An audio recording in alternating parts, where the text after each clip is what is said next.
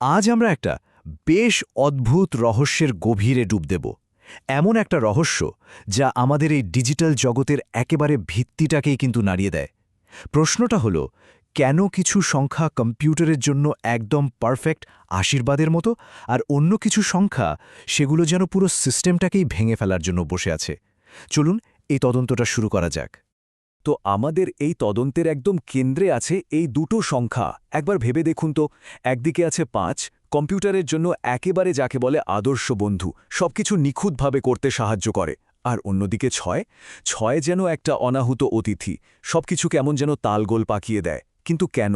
এই যে একটা সাধারণ দেখতে প্রশ্ন, এর ভেতরেই কিন্তু লুকিয়ে আছে একটা বিরাট রহস্য। এই রহস্যটা সমাধান করতে গেলে আমাদের প্রথমে একটা নতুন ধারণার সাথে পরিচিত হতে হবে। এটাকে বলে ফিল্ড। আচ্ছা, ভাবুন তো, এটা যেন একটা জাদুর খেলার মাঠ। এর ভেতরে কিছু সহজ নিয়ম মেনে চললে আপনি যোগ, বিয়োগ, গুণ, ভাগ যাই করুন না কেন, কখনোই মাঠের বাইরে যাবেন না। সবকিছু একদম নিখুঁত, খুব গোছানো। এখন দেখুন, বাস্তব সংখ্যা বা রিয়েল নাম্বারস এই জাদুর খেলার মাঠের নিয়মগুলো কিন্তু অক্ষরে অক্ষরে পালন করে। কিন্তু যেই আমরা আমাদের খুব পরিচিত পূর্ণ সংখ্যা বা ইন্টিজারের দিকে তাকাই, তখনই একটা সমস্যা চোখে পড়ে। যোগ ঠিক আছে, গুণও ঠিক আছে, কিন্তু ভাগ করতে গেলেই সব গণ্ডগোল। যেমন ধরুন, ৭কে কি দিয়ে গুণ করলে ১ পাওয়া যায়? উত্তরটা হলো ১-এর ৭, যেটা কোনো পূর্ণ সংখ্যা নয়। আর ঠিক এখানেই গল্পের মোড়টা ঘুরে যায়। আমাদের প্রথম সূত্র এটাই, পূর্ণ সংখ্যার এই জগতে একটা বড়সড় খামতি রয়ে গেছে। তাহলে এখন প্রশ্ন হলো, উপায় কি? যদি পূর্ণ সংখ্যার এই বিশাল জগৎটা কাজ না করে, তাহলে আচ্ছা, উপায় হলো আমাদের চিন্তার জগৎটাকে একটু ছোট করে আনা। যদি অসীম সংখ্যার জগৎ কাজ না করে, তবে চলুন আমরা একটা সীমাবদ্ধ ছোট্ট জগৎ তৈরি করি। আর এখানেই আসছে মডিউলার অ্যারিথমেটিক, মানে ভাগশেষের গণিত। আর এখানেই দেখুন আসল জাদুটা। যখন আমরা ৫-এর জগতে থাকি, মানে যে কোনো সংখ্যাকে ৫ দিয়ে ভাগ করে শুধু ভাগশেষটা নেই, তখন একটা অসাধারণ জিনিস ঘটে। এই টেবিলটার দিকে তাকান, প্রত্যেকটা সারিতে একটা করে ১ জ্বলজ্বল করছে। এর মানে কি? এর মানে হলো এই ছোট্ট জগতে প্রত্যেকটা সংখ্যারই, মানে শূন্য ছাড়া আর কি, একটা গুণাত্মক বিপরীত বা মাল্টিপ্লিকেটিভ ইনভার্স আছে। যেমন ২ আর ৩ গুণ করলে হয় ৬, কিন্তু ৫-এর জগতে এর মান হলো ১। তার মানে আমরা একটা নিখুঁত সিস্টেম খুঁজে পেয়েছি। R5 একটা পারফেক্ট ফিল্ড। সবকিছু খুব সোজা মনে হচ্ছে, তাই না? যদি ৫-এর জন্য এটা কাজ করে, তাহলে তো ৬-এর জন্যও করা উচিত। যুক্তি তো এটাই বলে। চলুন তাহলে পরীক্ষা করে দেখা যাক আমাদের এই সুন্দর সিস্টেমটা পরের সংখ্যাতেই টিকে থাকতে পারে কিনা। আর এখানেই আমাদের সিস্টেমটা একেবারে ভেঙে পড়ল। এই টেবিলটার দিকে দেখুন, হঠাৎ করে কোত্থেকে এই শূন্যগুলো চলে এলো। আরও ভয়ঙ্কর ব্যাপার হলো ২, ৩ আর ৪ এর সারিতে কোনো ১ নেই। তার মানে ওদের কোনো গুণাত্মক বিপরীত সংখ্যাই নেই। আমাদের এত সুন্দর সাজানো গোছানো নিখুঁত খেলার মাঠটা নষ্ট হয়ে গেল। সুতরাং আমাদের তদন্তের সিদ্ধান্তটা খুবই পরিষ্কার। সূত্রটা একদম দ্ব্যর্থহীনভাবে বলছে R6 একটা ফিল্ড নয়, এর কিছু সদস্য নিয়ম ভাঙছে, তাই এই সিস্টেমটা আর নির্ভরযোগ্য রইল না। তাহলে আসল পার্থক্যটা কোথায়? কেন ৫ সফল হল আর ৬ পুরোপুরি ব্যর্থ? উত্তরটা অবিশ্বাস্যভাবে সহজ, কিন্তু ভীষণ ভীষণ গুরুত্বপূর্ণ। ৬কে ভাঙা যায়, এর উৎপাদক আছে ২ আর ৩, কিন্তু ৫ একা ও একটা মৌলিক সংখ্যা।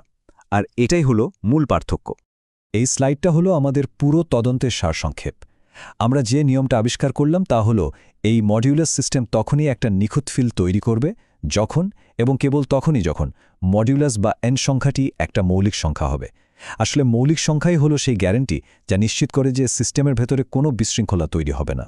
আচ্ছা, এতক্ষণ আমরা যা শিখলাম তা কিন্তু শুধু গণিতের একটা ধাঁধা নয়, এর একটা বাস্তব প্রয়োগ আছে। আর সেটা এতটাই গভীর যে আধুনিক সভ্যতার প্রায় প্রত্যেকটা কোণায় এর ছাপ রয়েছে। চলুন এবার সবচেয়ে সরল যে মৌলিক সংখ্যা, সেটার দিকে একটু নজর দেওয়া যাক। সবচেয়ে ছোট, সবচেয়ে সরল মৌলিক সংখ্যাটা কি? ২। এর জগতে আছে শুধু ০ আর ১। আর এখানেই আসল চমকটা। মডিউলো ২-এর যোগফল হুবহু কম্পিউটারের XOR লজিক গেটের মতো কাজ করে, আর এর গুণফল কাজ করে অ্যান্ড গেটের মতো। হ্যাঁ, হাতের স্মার্টফোন থেকে শুরু করে মহাকাশযান পর্যন্ত সবকিছুর মূলে আছে এই সহজ সুন্দর গণিত। অনেকেই হয়তো ভাবেন বাইনারির ০ আর ১ মানে শুধু বিদ্যুতের উপস্থিতি বা অনুপস্থিতি, হাই বা লো ভোল্টেজ, কিন্তু আসল কারণটা তার থেকেও অনেক বেশি মৌলিক। বাইনারি সিস্টেমের ভিত্তিটাই হল মডুলো 2-এর গণিত, কারণ 2 একটি মৌলিক সংখ্যা। এটা কোনো ইঞ্জিনিয়ারিংয়ের সুবিধার জন্য বানানো নিয়ম নয়, এটা হলো বিশুদ্ধ গণিত। তাহলে আমরা এখন জানি কিভাবে মৌলিক সংখ্যা দিয়ে নিখুঁত নির্ভরযোগ্য ইট তৈরি করতে হয়। এখন প্রশ্নটা হলো, এই নিখুঁত ইটগুলো দিয়ে আমরা আরও বড় কী কাঠামো তৈরি করতে পারি? আর এই প্রশ্নের উত্তর হলো ভেক্টর স্পেস। নামটা শুনে একটু কঠিন মনে হলেও ধারণাটা কিন্তু বেশ সহজ। ভাবুন, আমরা যে নিখুঁত ইট অর্থাৎ ফিল্ড তৈরি করলাম, সেই ইটগুলো ব্যবহার করে একটা পুরো বাড়ি বা কাঠামো তৈরি করছি। আর এই কাঠামোই আমাদের আরও জটিল আর শক্তিশালী জিনিস বানাতে সাহায্য করবে। এই কাঠামোর কিছু সুন্দর বৈশিষ্ট্য আছে, যেমন এটা একটা ফিল্ডের সেই নিখুঁত ইট দিয়েই তৈরি হতে হবে। এর মধ্যে আপনি যাই করুন না কেন, ফলাফলটা কাঠামোর ভেতরেই থাকবে, বাইরে যাবে না।